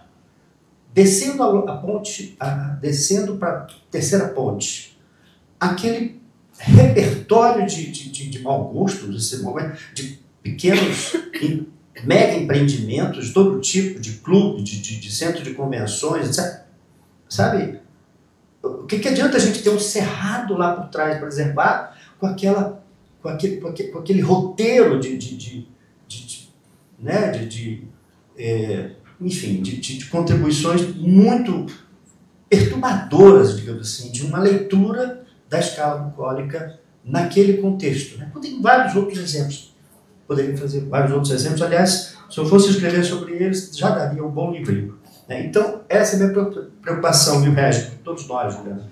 É o monitoramento das áreas parceladas que são mais impactantes em termos de leitura da configuração da escala bucólica. Paro por aí. Em relação ao que a Bia trouxe, realmente é um cardápio extremamente ousado, bacana, concordo inteiramente com o que a professora Flaviana colocou, e me preocupava, me perguntava, né, a partir da minha forma de pensar o espaço urbano, né, e que a minha humilde dissertação de mestrado em em 2004, procurou dar um recado, né, na leitura das transformações ocorridas do dia do tomamento, 1990, a aquela data, 2003 mais ou menos, né, a partir da leitura da configuração no que diz respeito à dimensão topoceptiva e à dimensão da copresença, com base na DIN. Bom, isso foi o caminho que eu escolhi para um título de mestre, mas imagino que para o trabalho do ICOMOS, sendo que tudo isso aqui pode interessar ao GDF, ou melhor, deve interessar ao GDF, é preciso mostrar alguns elementos aqui, alguns indicadores, não sei se é bem indicadores, mas aspectos qualitativos de evolução em termos de configuração. Tá? Quais, como, não sei. Eu, no meu mestradinho lá, humilde, escolhi as categorias que já existiam e fiz essa leitura que era possível naquele ano 2004, né? Depois do meu velho pai sair de uma quase morte de infarto. Então, e entrando no Ministério das Cidades. Então, eu penso que é importante a gente se comprometer um pouco com isso, porque acho aí, me desculpe a sinceridade, vai ser muito difícil a gente ter uma leitura muito apurada sem o GDF fazer a sua parte. E está muito difícil o GDF fazer a sua parte. Eu não vejo na CEDU hoje uma postura de planejamento. Não vejo. Eu não vejo a CEDU hoje comprometida com a postura de enfrentar, na prática, a implementação do PPCUB em alguma coisa. Passa para a Secretaria de Cultura, né, que vai minguando de 26 servidores em 2017, quando eu cheguei lá, são 17, 18. Né, 3 arquitetos. Né, e o Antônio está aqui independente. Então a situação não é fácil. Né, criar um órgão, criar uma autarquia, criar o quê? Nós precisamos de conhecimento para a sociedade poder tomar conta desse conhecimento com base naquilo que o ICOMOS está se comprometendo, para que esse conhecimento seja bandeira política da sociedade em favor na busca da preservação do seu patrimônio. É como eu encaro. É como eu encaro. Sabe? Bom, tem mudanças de governo a 2027, você já pode até melhorar, pode haver a tomada de posição. O fato é que nós temos que ter nas nossas mentes é que o conhecimento que vai ser gerado a partir desses indicadores e de outras formas, como a professora Flaviana aqui sugere, e eu posso também sugerir, a partir de um possível trabalho, conhecimento suficiente para que a postura seja proativa. Proativa, coisa que não está acontecendo. O GTF é muito pouco para a gente dizer que está acontecendo uma postura de gestão proativa e resolutiva dos desafios que estão aí colocados. De vez em quando eu acordo pensando nisso, só não tenho tempo de escrever, porque já tenho outro compromisso, mas tem que estar escrevendo, enfim, no próprio GTE também eu vou levar algumas notas nesse sentido do plano futuro. Tá? Então, eu encerro por aqui, né, em resumo, seria quais são aqueles indicadores não PPCUB que vão fazer a leitura dessa configuração para o objetivo maior que está no PPCUB, com o qual estou começando a ter um pequeno caso de amor. Pequeno não, espero que seja um grande bom caso de amor, mas por enquanto inicial. Perdão, pessoal, obrigado. A dissertação dela, porque a ideia exatamente foi que essa coisa ela é fluida, né? Ela não está contida naqueles 20 metros ali. Agora, o que a gente fez? O Adote uma Praça ele não pode na faixa de empoderamento. Tá? Assim, esse é um instrumento, esse que eu apresentei aqui, da delimitação de diretrizes para a faixa de empoderamento, é um instrumento mais para nosso trabalho interno, assim, para facilitar esses pedidos de adote uma praça, não sei do que. No interior da quadra, isso é possível, mas é para o mobiliário urbano. O parquinho infantil, o PEC, enfim, esses mobiliários que já são a praxe do interior da quadra. A gente está sugerindo que eles fiquem agrupados, para você ter também mescla de idades e fazer uma coisa um pouco mais integrada, né, do que ficar aquele troço do picado em cada canto. Mas é desse jeitinho, proibido ela já é negado, né? Chega lá pra gente, sempre é negado, sempre é negado. Acontece que é uma confusão esse negócio, porque vai pra gente, depois que está publicado uma ordem de serviço no Diário Oficial, que eles acham que aquilo é uma autorização, que na verdade não é uma coisa que vai para análise ainda. Aí chega lá pra gente, a gente nega e o troço já está pronto. Já fizeram, já foi feito. Então, assim, muito do que a gente precisa é a ação fiscalizatória, né? Porque a fiscalização precisa funcionar. Isso não só nos fundos dos comércios, como nas laterais, nos entreblocos, na W3, enfim, tudo que é canto aí. É isso. Com relação aos fomentos que poderiam, aos incentivos que poderiam ser aplicados nas áreas especiais de interesse cultural.